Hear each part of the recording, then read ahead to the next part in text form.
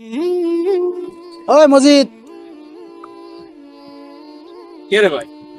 কয়দিন কব আপনার যে আমার নাম মজিদ না, আমার নাম আব্দুল মজিদ।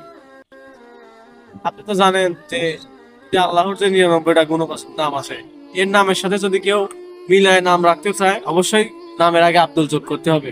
ওই হইলো যাই মজিদ তাই মজিদ।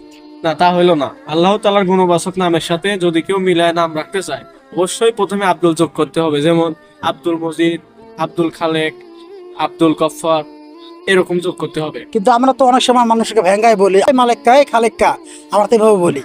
আসলে এসব কিছু বলা ঠিক না। আল্লাহর গুণবাচক নাম 99টি নাম আছে, এর সাথে যদি কেউ মিলায় নাম রাখতে চায়, অবশ্যই নামের আগে আব্দুল লাগাইতে হবে। তাই ভাই, নেক্সট টাইম অবশ্যই এরকম ভাবে ডাকবেন না, এতে আমরা অনেক পাপ করে ফেলাই। আচ্ছা ঠিক আছে ভাই, আমি আমার ভুল বুঝতে পারছি, আমাকে মাফ করে দিয়েন।